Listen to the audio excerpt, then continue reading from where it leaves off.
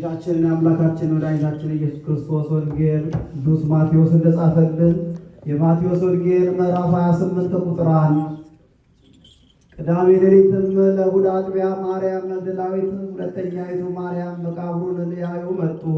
እነሆ ታላቅ ነውጥ ውስጥ ሆነ፣ የእግዚአብሔር መልአክ ከሰማይ ወርዷልና። መጥቶም ከመቃብሩ አፍ ላይም ያችን ድንጋይ አንከባሎ በላይዋ ተቀመጠ። መልኩ እንደ መብረቅ ልብሱም እንደ በረድ ነጭ ነበር። ከግርማውም የተነሳ መቃብሩን የሚጠብቁ ታወኩ፣ እንደ በድንም ሆኑ። ያም መልአክ መለሰ፣ ሴቶችንም እንዲህ አላቸው፣ እናንተስ አትፍሩ፣ የተሰቀለውን ኢየሱስን እንደምትሹ አውቃለሁና። ከዚህ ግን የለም፣ እርሱ እንደተናገረ ተነስቷል። ነገር ግን ኑና ተቀብሮበት የነበረውን ቦታውን እዩ። ፈጥናችሁም ሄዳችሁ ለደቀ መዛሙርቱ እንደተነሳ ንገሯቸው። እነሆ ወደ ገሊላ ይቀድማችኋል፣ በዚያን ታዩታላችሁ። እነሆ እነግራችኋለሁ። በፍርሃት በታላቅም ደስታ ከመቃብሩ ፈጥነው ሄዱ፣ ለደቀ መዛሙርቱም ይነግሩ ዘንድ ቸኮሉ።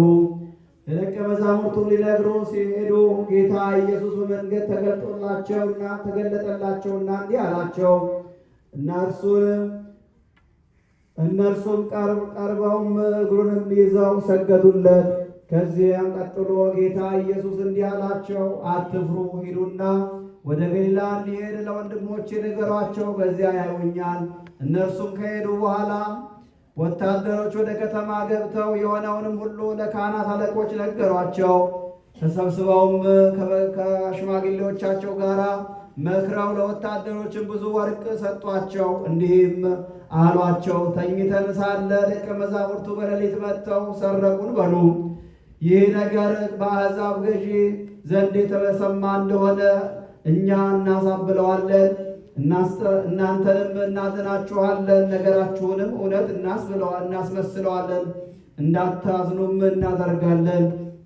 ጭፍሮቹም ገንዘቡን ተቀብለው እንደ መከሯቸው አደረጉ። ይህ ነገር እስከ ዛሬ በአይሁድ ዘንድ ሲነገር ይኖራል። 11ዱም ደቀ መዛሙርት ግን ወደ ገሊላ ጌታ ኢየሱስ ወደ አዘዛቸው ተራራ ሄዱ።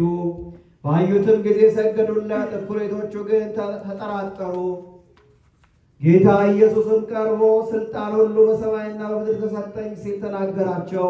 ሂዱና አሕዛብን ሁሉ አስተምሩ፣ ስታጠምቋቸውም በስመ አብ ወወልድ ወመንፈስ ቅዱስ በሉ፣ ያዘዝኳችሁንም ሁሉ እንዲጠብቁ አስተምሯቸው።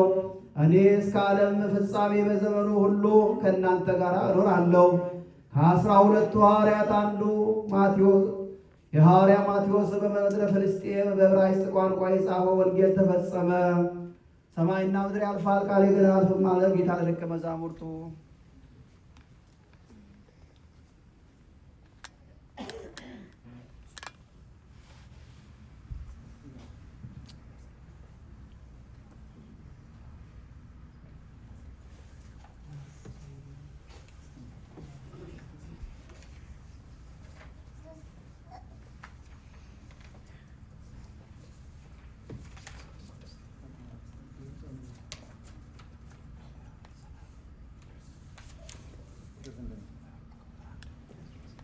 የማርቆስ ወንጌል ምዕራፍ 16 ከቁጥር 1 እስከ 20። ሰንበትም አለፈች። ማርያም መግደላዊት፣ ያዕቆብ እናት ማርያም፣ ሰሎሜም መጥተው ሥጋውን ሊቀቡ ሽቱ ገዙ። በእሑድ ሰንበትም እጅግ ገስግሰው ወደ መቃብር ሄዱ። ፀሐይም በወጣ ጊዜ እርስ በርሳቸው ድንጋዩን ከመቃብሩ አፍ ላይ ማን ያነሳልናል ተባባሉ። ሩጠውም ድንጋይቱን ተነስታ አዩ፣ እጅግ ታላቅም ነበረች። ወደ መቃብሩም በገቡ ጊዜ አንድ ጎልማሳ ንጹሕ ልብስ ለብሶ በስተቀኝ ተቀምጦ አገኙና ደነገጡ። መልአኩም እንዲህ አላቸው፣ አትደንግጡ፣ የተሰቀለውን የናዝሬቱን ኢየሱስን ትሻላችሁን? ተነስቷል፣ ከዚህስ የለም፣ የተቀበረበት ቦታው እነሆ። ነገር ግን ሂዱና ለደቀ መዛሙርቱና ለጴጥሮስም ወደ ገሊላ እንዲቀድማቸው ንገሯቸው፣ እንደነገራቸውም በዚያ ያዩታል። ከመቃብርም ወጥተው ሸሹ፣ ፍርሃት ድንጋጼም ይዟቸዋልና። ስለፈሩም ለማን አልተናገሩም። ያዘዛቸውንም ሁሉ ለጴጥሮስና ለወንድሞቹ ነግረው በፈጸሙ ጊዜ ከሙታን ተለይቶ ከተነሳ በኋላ ጌታችን ተገለጠላቸው። ለዘላለም ሕይወት የሚሆን የማይለወጥ ቅዱስ ወንጌልም ለፍጥረት ሁሉ ከምስራቅ እስከ ምዕራብ ይሰፉ ዘንድ ላካቸው። በተነሳ ጊዜም በእሑድ ሰንበት ማለዳ 7 አጋንንትን ላወጣላት ለማርያም መግደላዊት አስቀድሞ ታያት። እሷም ሄዳ ቀድሞ ከእሱ ጋር አልነበሩት ሲያዝኑ ሲያለቅሱ ሳሉ ነገረቻቸው። እነሱ ግን እንደተገለጠላት ሕያው እንደሆነም በሰሙ ጊዜ አላመኗትም።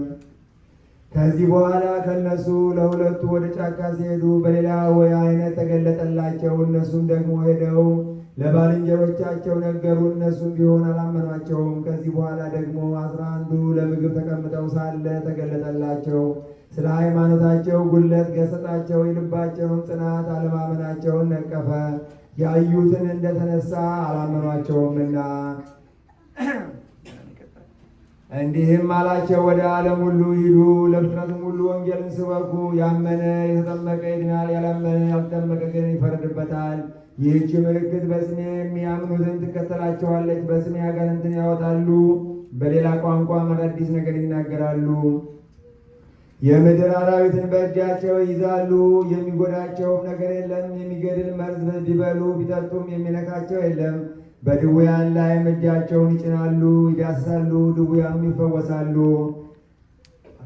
ጌታ ኢየሱስም ከነገራቸው በኋላ ወደ ሰማይ አረገ፣ በአባቱ በእግዚአብሔር አብ እሪናም ተቀመጠ። ጆሮ ያለው መስማትን ይስማ። የሉቃስ ወንጌል ምዕራፍ 24 ከቁጥር 1።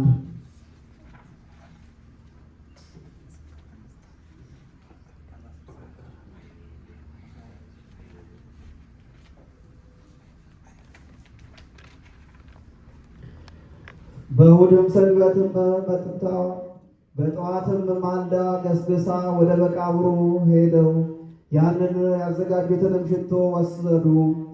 ሌሎችም ሴቶችም አብረዋቸው ነበሩ። ያችን ድንጋይ ከመቃብሩ ላይ ተነስታ አገኟት።